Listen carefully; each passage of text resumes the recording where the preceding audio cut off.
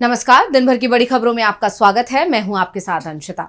आज इस बुलेटिन में बात होगी पाकिस्तान पर भारत के बढ़ते दबाव की। भारत में रहने वाले पाकिस्तानी नागरिकों को मिली राहत की। देखेंगे जाति जनगणना के मुद्दे पर कैसे विपक्ष पड़ा भारी। चिराग के तेवरों से क्यों बढ़ गई एनडीए की चिंता। जानेंगे पश्चिम बंगाल बीजेपी में बढ़ते टकराव को। और बुलेटिन के आखिर में देखेंगे जाने माने कार्टूनिस्ट इरफान की किस खबर पर पड़ी तिरछी नजर। लेकिन दिन भर की तमाम बड़ी खबरों से पहले एक नजर आज की सुर्खियों पर। एनआईए को तहब्बुर राणा के वॉइस और हैंडराइटिंग सैंपल लेने की मिली इजाजत। दिल्ली में एनआईए स्पेशल कोर्ट के जज का फैसला। हरियाणा और पंजाब में पानी पर बवाल। सीएम मान बोले हम नहीं देंगे पानी। विवाद बढ़ता देख बदले भाखड़ा ब्यास मैनेजमेंट बोर्ड के director secretary. Guwahati high court के मौजूदा परिसर के स्थानांतरण को लेकर बढ़ा विवाद। असम के सीएम हिमंता बिस्वा शर्मा ने Guwahati high court bar association से दिया इस्तीफा। कश्मीर हमले में जान गंवाने वाले लेफ्टिनेंट नरवाल की पत्नी बोली कश्मीरियों मुस्लिमों के खिलाफ ना जाएं, जिन्होंने लोगों को मारा उन्हें सजा मिले, हमें शांति और इंसाफ चाहिए। ये तो थी सुर्खियां। अब बात आज की सबसे बड़ी खबर की। भारत और पाकिस्तान के बीच बॉर्डर पर तनाव बढ़ता जा रहा है। टकराव की संभावनाएं तेज होती जा रही हैं और इस बीच अमेरिका की भी इसमें एंट्री हो गई है। अमेरिका के विदेश मंत्री मार्को रूबियो ने डॉक्टर एस जयशंकर और पाकिस्तान के प्रधानमंत्री शहबाज शरीफ से फोन पर बात की है। इस बीच भारत की तरफ से सैन्य तैयारियां तेज कर दी गई हैं, जिसने पाकिस्तान की नींद उड़ा दी है। तो क्या है पूरा मामला, देखिए रिपोर्ट। भारत और पाकिस्तान के बीच टकराव की संभावना बढ़ती जा रही है। भारत की तरफ से सैन्य तैयारियां लगातार तेज होती जा रही हैं। पाकिस्तान को भारत की ओर से कभी भी हमले का डर सता रहा है। भारतीय नौसेना ने अरब सागर में अभ्यास तेज कर दिया है। सबसे बड़ी बात तो ये है कि पाकिस्तान का मुख्य सी पोर्ट कराची अरब सागर का ही हिस्सा है, जिसे एक आदेश पर भारतीय सेना ब्लॉक कर सकती है। भारतीय युद्धपोत हाई अलर्ट पर है और जहाजों की तैनाती भी कर दी गई है। इन तैयारियों को देखते हुए कहा जा सकता है कि नौसेना किसी भी समय हमले की तैयारी में है। वहीं पाकिस्तान ने भारतीय हमले की आशंका को देखते हुए कराची और लाहौर सहित कई बड़े शहरों में एयर स्पेस को बंद कर दिया है। साथ ही भारत से बचने के लिए वो अमेरिका की शरण में भी पहुंच गया है। अमेरिका के विदेश मंत्री मार्को रूबियो ने भारत के विदेश मंत्री एस जयशंकर और पाकिस्तान के प्रधानमंत्री शहबाज शरीफ से बात कर तनाव कम करने की अपील की। बता दें कि इससे पहले भारत ने नोटम एयरमैन को नोटिस जारी कर पाकिस्तान की तरफ से संचालित सभी विमानों के लिए अपना एयर स्पेस बंद कर दिया है। वैसे पाकिस्तान में भारत के हमले को लेकर डर बना हुआ है, लेकिन पाकिस्तान सरकार के मंत्री और वहां की सेना की तरफ से जरूर तीखे बयान सामने आ रहे हैं। लेकिन पाकिस्तान के सेना प्रमुख असीम मुनीर कहां हैं, इसके बारे में अभी कोई खबर नहीं मिल रही है। कहा जा रहा है कि वो भारतीय सेना के हमले से बचने के लिए रावलपिंडी के किसी सुरक्षित बंकर में छिपे हुए हैं। इस बीच भारतीय रक्षा मंत्रालय की तरफ से एक बार फिर मीडिया को सख्त निर्देश जारी किए गए हैं। रक्षा मंत्रालय की तरफ से कहा गया है कि मामले की संवेदनशीलता को देखते हुए संभल कर रिपोर्टिंग की जाए। मीडिया आउटलेट्स को फर्जी खबरों से दूर रहने की सलाह दी गई है। रक्षा मंत्रालय ने मीडिया संस्थानों से सूचना प्रसारण मंत्रालय की तरफ से जारी एडवाइजरी का पालन करने की अपील की है। पाकिस्तान में डर का माहौल दिख रहा है, तो भारत की तरफ से पाकिस्तान के नागरिकों को राहत का ऐलान भी किया गया है, लेकिन ये राहत कुछ घंटों की है। इसके साथ ही भारत सरकार ने पाकिस्तान पर सख्त एक्शन के संकेत भी दिए हैं। तो क्या है सरकार का फैसला, देखिए रिपोर्ट। केंद्र सरकार ने भारत में रह रहे पाकिस्तानी नागरिकों को राहत देते हुए वाघा अटारी बॉर्डर से पाकिस्तान जाने की इजाजत दे दी है। पहले ये बॉर्डर 30 अप्रैल को बंद होने वाला था, लेकिन गृह मंत्रालय ने नए आदेश में कहा कि अगले आदेश तक पाकिस्तानी नागरिक उचित मंजूरी के साथ अटारी के इंटीग्रेटेड चेक पोस्ट से आ जा सकते हैं। मंत्रालय ने स्पष्ट किया कि इस आदेश की समीक्षा की गई है और इसमें आंशिक बदलाव किया गया है। इससे उन पाकिस्तानी नागरिकों को राहत मिली है जो भारत में रह रहे हैं और अपने देश लौटना चाहते हैं। बता दें कि सरकार ने पहलगाम हमले के बाद पाकिस्तानी नागरिकों को भारत छोड़ने के लिए 30 अप्रैल की डेडलाइन दी थी, जिसे अब अगले आदेश तक बढ़ाने का फैसला लिया गया है। वहीं दूसरी तरफ सुप्रीम कोर्ट ने गुरुवार को पहलगाम आतंकी हमले की न्यायिक जांच की मांग वाली याचिका को खारिज कर दिया। कोर्ट ने याचिकाकर्ता को फटकार लगाते हुए कहा कि ऐसी याचिकाएं सेना का मनोबल तोड़ने की कोशिश है। जस्टिस सूर्यकांत की अगुवाई वाली पीठ ने कहा कि जब पूरा देश आतंकवाद के खिलाफ एकजुट है, तब ऐसी याचिकाएं दायर करना गैर जिम्मेदाराना है। कोर्ट ने पूछा कि क्या आप सेना का मनोबल गिराना चाहते हैं? हमें जांच की विशेषज्ञता कब से मिल गई? कोर्ट ने कहा कि ये समय आतंकवाद के खिलाफ एकजुट होने का है, न कि सेना के खिलाफ याचिकाएं दायर करने का। कोर्ट के रुख को देखते हुए याचिकाकर्ता ने अपनी याचिका वापस ले ली। तो वहीं भारत सरकार की तरफ से एक और बड़ा फैसला किया गया है। सरकार ने पाकिस्तानी विमानों के लिए अपना एयर स्पेस बंद कर दिया है। मीडिया को एडवाइजरी जारी की गई है। तो ये भी दावा किया जा रहा है कि अब पाकिस्तान के लिए पोस्टल सेवा भी बंद हो सकती है, यानी सरकार सख्त एक्शन लेती दिखाई दे रही है। वैसे जाति जनगणना को लेकर भी सरकार की तरफ से बड़ा फैसला किया गया था, लेकिन जाति जनगणना के ऐलान को विपक्ष अपनी जीत बता रहा है। तो कैसे जाति जनगणना को लेकर विपक्ष पड़ रहा है बीजेपी पर भारी, देखिए रिपोर्ट। केंद्र सरकार ने केंद्रीय कैबिनेट की बैठक में ऐतिहासिक फैसला लेते हुए आगामी जनगणना में जातिगत जनगणना को शामिल करने का ऐलान किया, लेकिन विपक्ष की तरफ से इसे लेकर कई सवाल उठाए जा रहे हैं। सबसे बड़ा सवाल तो यही है कि जातिगत जनगणना कब से शुरू होगी। कांग्रेस अध्यक्ष मल्लिकार्जुन खड़गे ने कहा कि हम पहले दिन से जातिगत जनगणना की मांग कर रहे थे। मैंने संसद में कई बार ये मुद्दा उठाया और प्रधानमंत्री को पत्र भी लिखा। ये सामाजिक न्याय के लिए जरूरी है, लेकिन सरकार की तरफ से जनगणना के लिए केवल 574 करोड़ रुपए का प्रावधान है, जो कि अपर्याप्त है।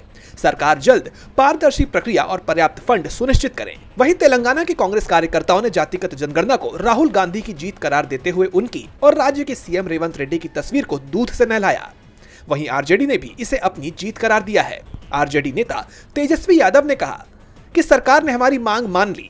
पहले प्रधानमंत्री और इनके मंत्री इसे खारिज करते थे, लेकिन आज वही लोग जातिगत जनगणना करवा रहे हैं। वहीं इस बीच कांग्रेस प्रवक्ता जयराम रमेश ने राहुल गांधी के एक दिन पहले के बयान को कोट करते हुए कहा कि जैसा कि राहुल गांधी ने कल कहा, हेडलाइन तो दे दिया, लेकिन डेडलाइन कहां है।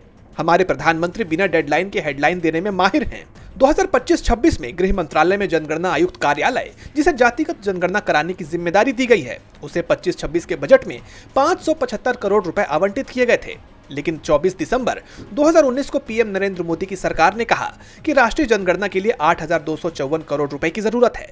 तो उद्देश्य और मंशा क्या है? केवल एक हेडलाइन। यानी देखा जाए तो कुल मिलाकर विपक्षी नेताओं ने इस फैसले को सामाजिक समानता की दिशा में बड़ा कदम माना है, लेकिन बजट की कमी, समय सीमा की अस्पष्टता और प्रक्रिया की पारदर्शिता पर सवाल बरकरार है। जानकारों का मानना है कि इस मुद्दे पर आने वाले दिनों में सियासी बहस गर्मा सकती है। जाति जनगणना को कांग्रेस ने राहुल गांधी की बड़ी जीत बताया है, जो लगातार इस मुद्दे को उठा रहे थे।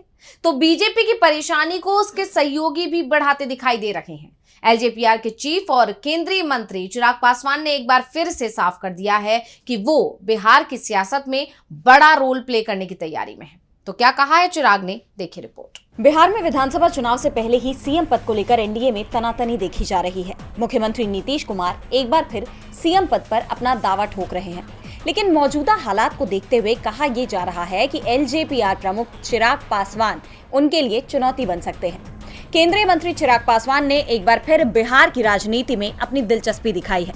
उन्होंने साफ शब्दों में कहा कि मैं बिहार के लिए ही राजनीति में आया। मेरे पिता की केंद्र की राजनीति में रुचि थी, लेकिन मेरी सोच उनसे अलग है। मैं बिहार में रहकर यहाँ के विकास के लिए काम करना चाहता हूँ। चिराग के बयान ने सियासी हलकों में चर्चाओं का बाजार गरमा दिया है। उनकी बिहार की पॉलिटिक्स में इंटरेस्ट को सीएम पद से जोड़कर देखा जा रहा है। आरजेडी का कहना है कि इस बार चिराग और बीजेपी नीतीश कुमार को पूरी तरह से साइडलाइन करने में लगे हैं। नीतीश कुमार को चेताते हुए आरजेडी प्रवक्ता इजाज अहमद ने कहा कि बीजेपी की तो पहले से ही नीतीश कुमार और उनकी पार्टी जेडीयू को राजनीतिक रूप से हाशिए पर लाने की सोच रही है। उनकी राजनीति को खत्म करने के इरादे से बीजेपी ने अब चिराग का इस्तेमाल करना भी शुरू कर दिया है। इसके साथ ही कांग्रेस ने भी चिराग के इस रुख को बीजेपी का प्लान बताया है। उनका कहना है कि 2020 की तर्ज पर बीजेपी चिराग को हनुमान बनाकर नीतीश की लंका ढहाना चाहती है। बिहार की सियासत में इन चर्चाओं ने नीतीश कुमार की चिंता बढ़ा दी है। अब इस पर उनकी तरफ से क्या प्रतिक्रिया आती है, ये देखने वाली बात होगी। बीजेपी की चिंता सहयोगी ही नहीं बल्कि उनकी पार्टी के दिग्गज नेता भी बढ़ा रहे हैं। बिहार के बाद पश्चिम बंगाल में विधानसभा चुनाव होंगे और यहाँ बीजेपी के अंदर ही टकराव तेज हो गया है। पार्टी के पूर्व प्रदेश अध्यक्ष को लेकर ही दावा किया जा रहा है कि वो बगावत कर सकते हैं, क्योंकि आजकल उनकी पार्टी से दूरियां बढ़ रही हैं, तो टीएमसी से करीबी भी बढ़ रही है।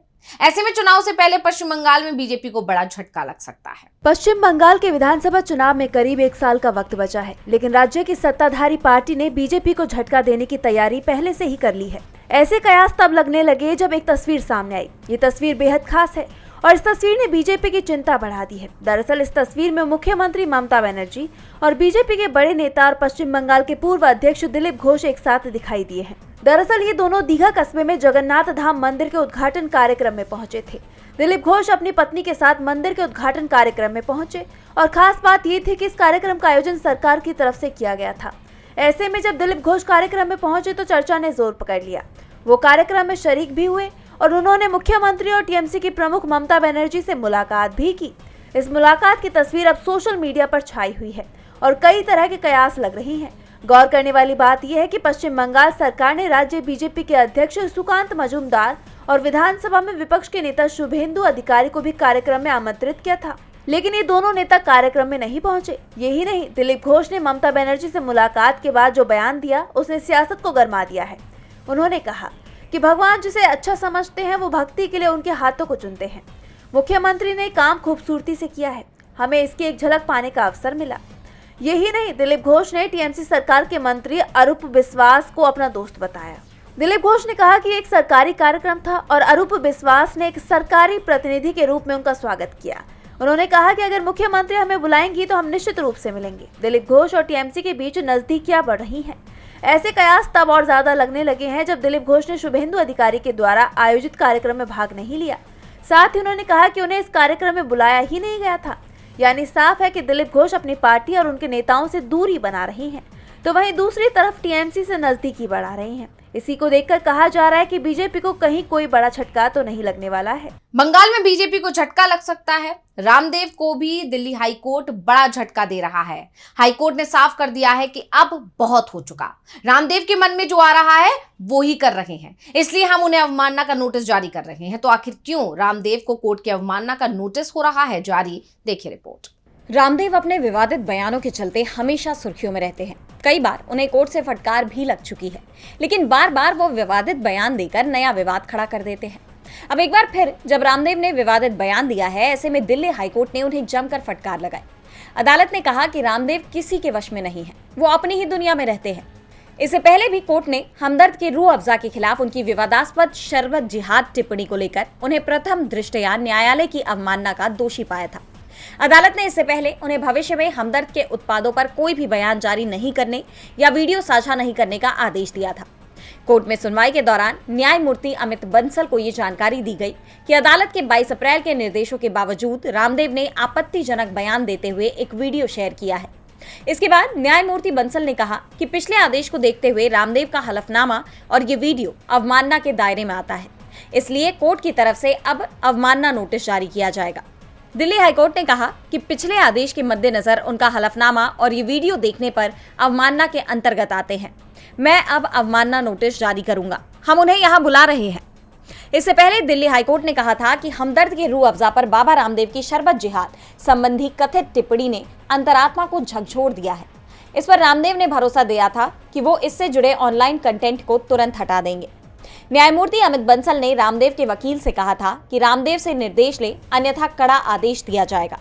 हाईकोर्ट ने रामदेव के वीडियो पर तल्खी जताई तो उनके वकील ने कहा कि योग गुरु के ताजा वीडियो से आपत्तिजनक हिस्सा हर सोशल मीडिया प्लेटफॉर्म से 24 घंटे के अंदर हटा दिया जाएगा। इस पर कोर्ट ने कहा कि आपने आदेश का पालन किया, 1 हफ्ते के अंदर हलफनामा दायर करें। हाईकोर्ट कल यानी 2 मई को फिर इस मामले की सुनवाई करेगा। इसमें देखेगा कि पूर्व आदेश का पालन हुआ या नहीं, यानी रामदेव अब बुरे फंस गए हैं। बार बार माफी और फिर गलती। रामदेव को लेकर कोर्ट के तेवर सख्त दिख रहे हैं, तो मतदाता सूची को लेकर लग रहे आरोपों को लेकर चुनाव आयोग के तेवर भी सख्त हो गए हैं। आयोग की तरफ से मतदाता सूची सही करने के साथ ही कई और दूसरे उपाय किए जाने की तैयारी है। तो क्या है पूरा मामला, देखिए रिपोर्ट। देश में होने वाले लगभग हर चुनाव में चुनाव आयोग पर धांधली के आरोप लगते हैं। ऐसे में अब चुनाव आयोग बार बार कुछ ऐसे कदम उठा रहा है जिससे उस पर लगने वाले आरोप खत्म हो जाए। पिछले दिनों एपिक नंबर को लेकर चुनाव आयोग ने बड़ा कदम उठाया था। अब चुनाव आयोग ने मतदाता सूचियों की सटीकता में सुधार लाने के उद्देश्य से 3 नई पहल की है।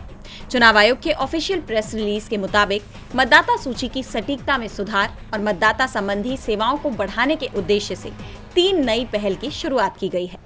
पहली पहल में चुनाव आयोग अब भारत के रजिस्ट्रार जनरल से इलेक्ट्रॉनिक रूप में डेथ सर्टिफिकेट का डेटा प्राप्त करेगा। जारी प्रेस रिलीज के मुताबिक ये कदम मतदाता पंजीकरण नियम 1960 के नियम 9 और जन्म और मृत्यु पंजीकरण अधिनियम 1969 की धारा 3(5)(b) के अनुरूप है। डेटा के इलेक्ट्रॉनिक शेयरिंग से निर्वाचन पंजीकरण अधिकारियों को रजिस्टर्ड डेथ के बारे में समय पर जानकारी प्राप्त करने की इजाजत मिलेगी। चुनाव आयोग ने कहा कि booth level officer BLO form 7 के तहत औपचारिक आवेदन की जरूरत के बिना फील्ड विजिट के दौरान इस जानकारी को सत्यापित कर सकेंगे।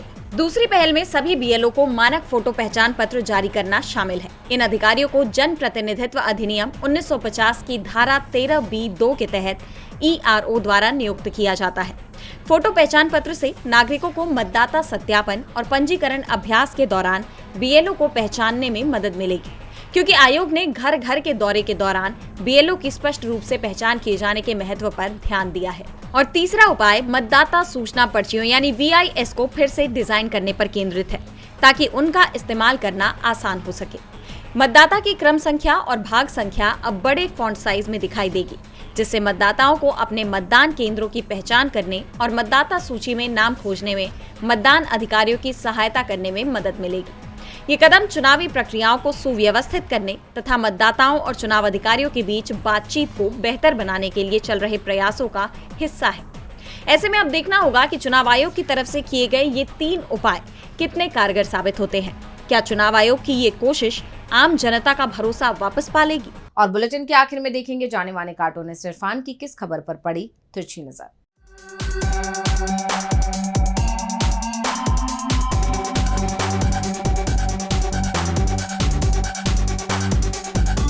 रोज रोज नए नियम बनाने वाली सरकार ने रेलवे के लिए आज से नए नियम लागू किए हैं, जिसमें वेटिंग का टिकट लिए हुआ यात्री अब एसी में या स्लीपर में सफर नहीं कर सकता है, उसको अब जनरल डिब्बे में ही सफर करना पड़ेगा।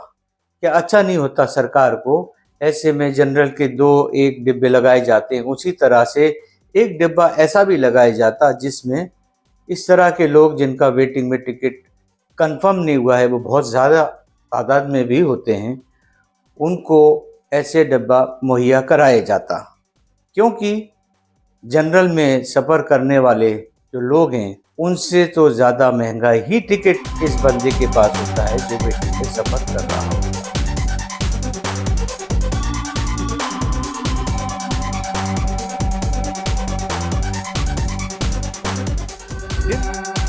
बहुत बहुत शुक्रिया इरफान जी। तो आज इस बुलेटिन में इतना ही। आप देखते रहिए DV लाइव। नमस्कार।